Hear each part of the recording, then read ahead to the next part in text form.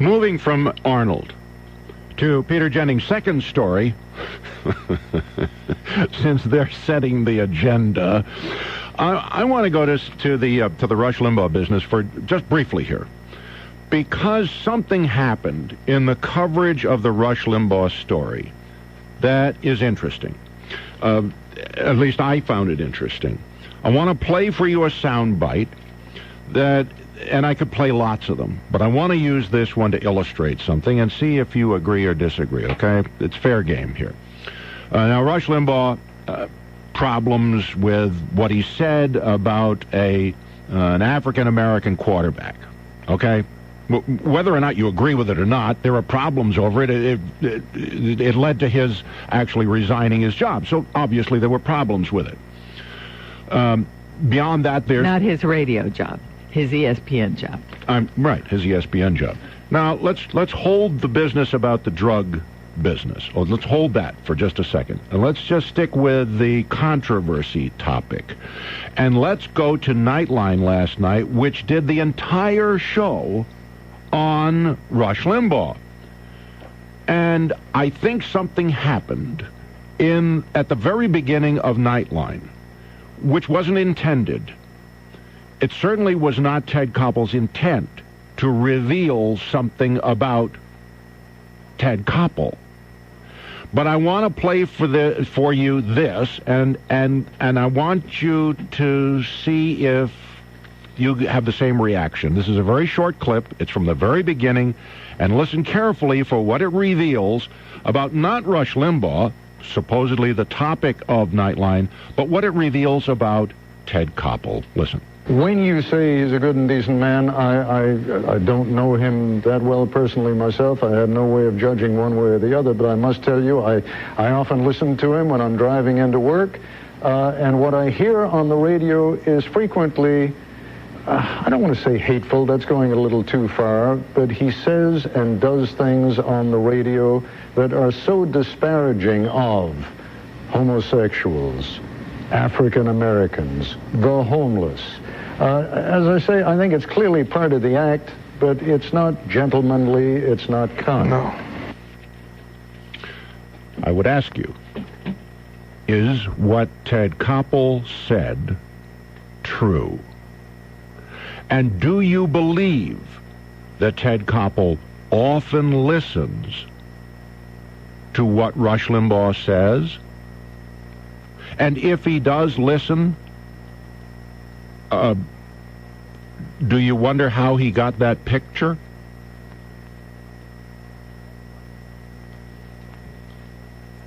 Have you heard Rush Limbaugh be ungentlemanly? Could we hear not kind? That one more time? That he is maybe not hateful, that might be going too far. He says not hateful, but he does... he says and does things so disparaging of homosexuals and African Americans and homeless, disparaging of those people.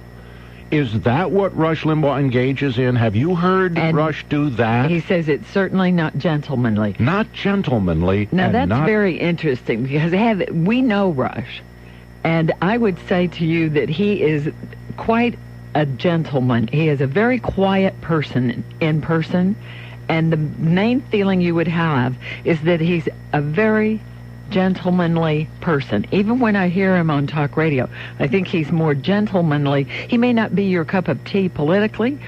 You may not enjoy listening to him, but I would never accuse him of being ungentlemanly or hateful. So what I think that reveals is more about Ted Koppel than about Rush Limbaugh. And I know that that Rush is the topic, but keep in mind who's reporting about Rush.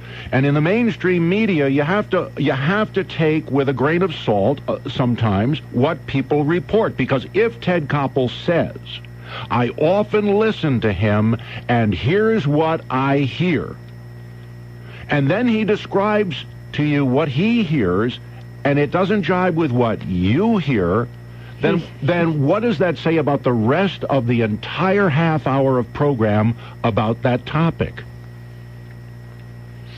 Let's go to the phone.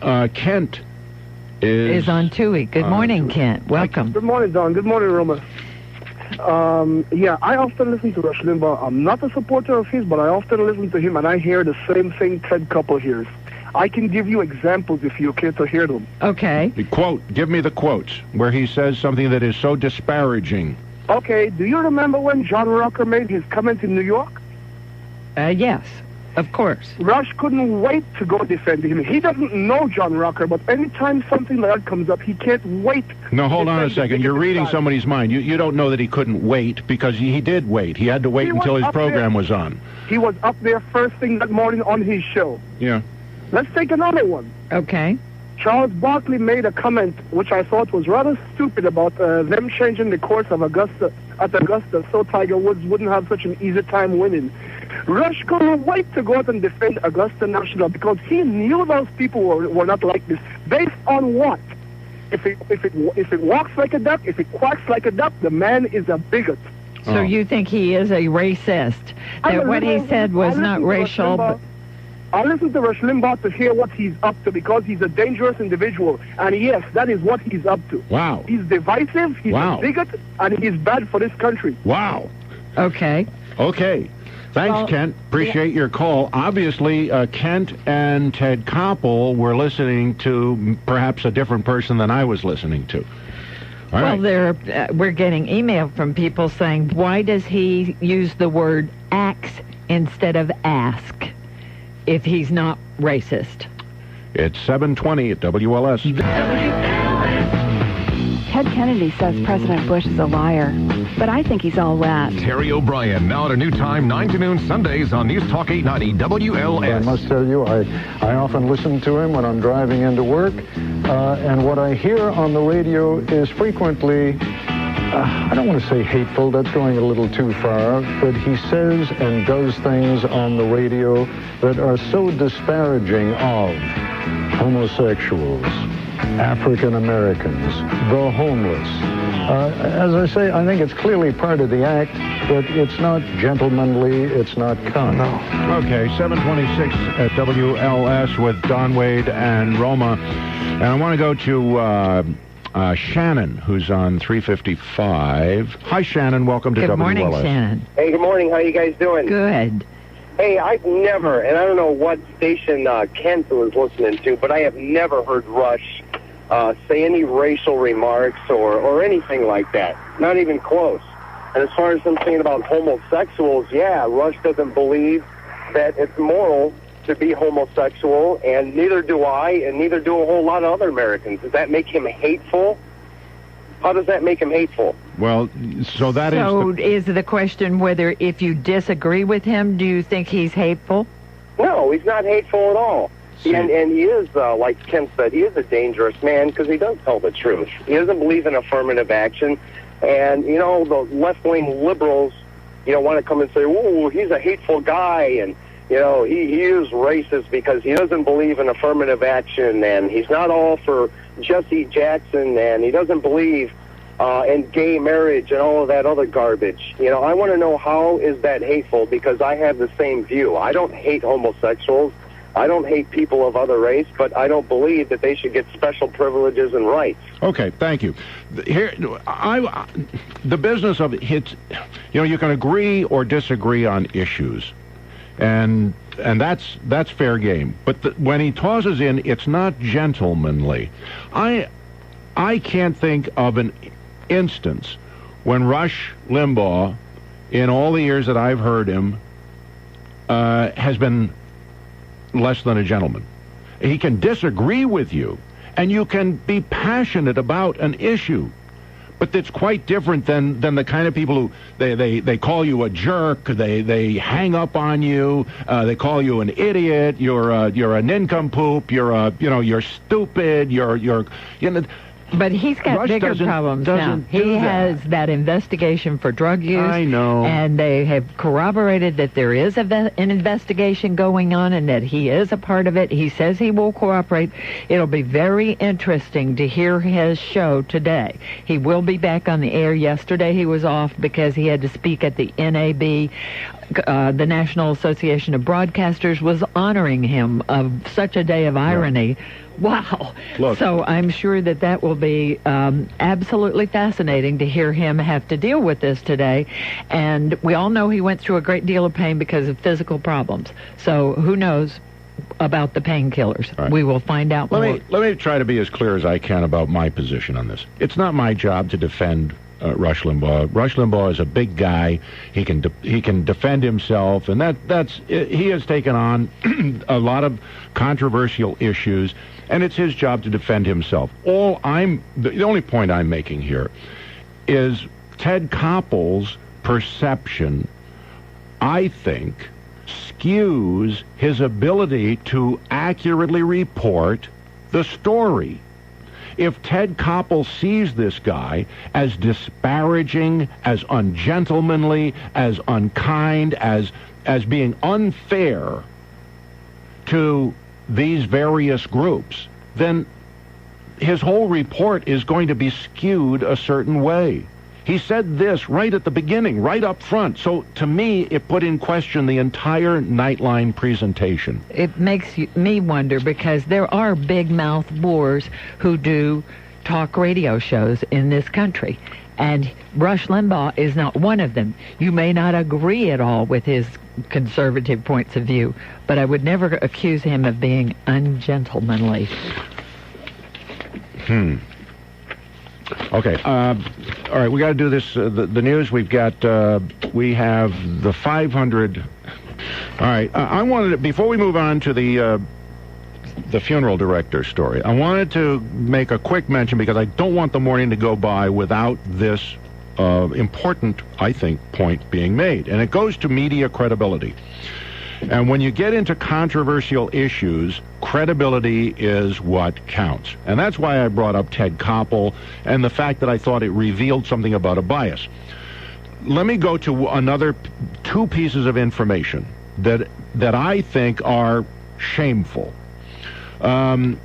Shameful in that they are doing something that news reporters are not supposed to do.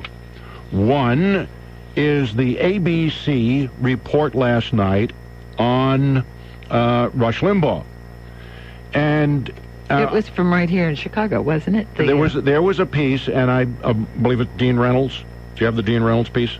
Okay. Race is not a regular topic on his show, though he once reportedly said of black Americans, they're 12% of the population. Who the hell cares? Now, did you hear anywhere in there the source of that information? And did we hear a clip of Rush actually saying that? Let's hear that one more time. Race is not a regular topic on his show, though he once reportedly said of black Americans, they're 12% of the population. Who the hell cares? Now, if he had said that, they could give us a time and a date, and they played some other clips of him. Why didn't they play Rush actually saying that? Now, let me go to Richard Roper's column in the Sun-Times yesterday, and he does a big rant, and he does reveal early on in his column, I've never been a huge fan of Limbaugh's egomaniacal one-note style. Okay, so he's clearly done a full disclosure. He doesn't like Rush Limbaugh. But then he goes on to say, what Limbaugh should have done in that case on ESPN is apologize. But that's not what we should expect from a guy who has said of blacks, and then he puts in quotation marks, they're 12% of the population, who the hell cares, end quote, and who once told a black caller to, quote, take that bone out of your nose and call me back, unquote, without any sourcing. That is nothing but an urban myth. Where's your source, Richard Roper? Where's your source, Now, we ABC? saw Richard yesterday. We should have asked him about that particular item in his column at the time. What was the date that Rush said that? What time did he say that? Give us the context if indeed he did say that. But I don't even see the date and the time that he said that. And when you're going to smear somebody, when you're going to engage in character assassination, when you are going to slander and libel somebody, give me the source, give me the date and the time, and I'll I'll then be able to weigh the facts. But this is shameful. Shameful character assassination. Now, Rush Limbaugh is going to have to defend himself on all of these charges. He's going to be on the air at 11 o'clock, and that's fine. Capable of doing I don't have to do that. But I know character assassination, and I know smears when I see them. And when I see two media sources right here in Chicago jumping on to smear somebody, there might be legitimate charges, but smear, sorry, we're going to call BS when we see smear. Okay, so maybe they have to find attribution for that and find actual recordings of that if that occurred. Right. If I had ever heard him say anything in the nose thing, I would have a totally different opinion of that man than I ever had. I would too.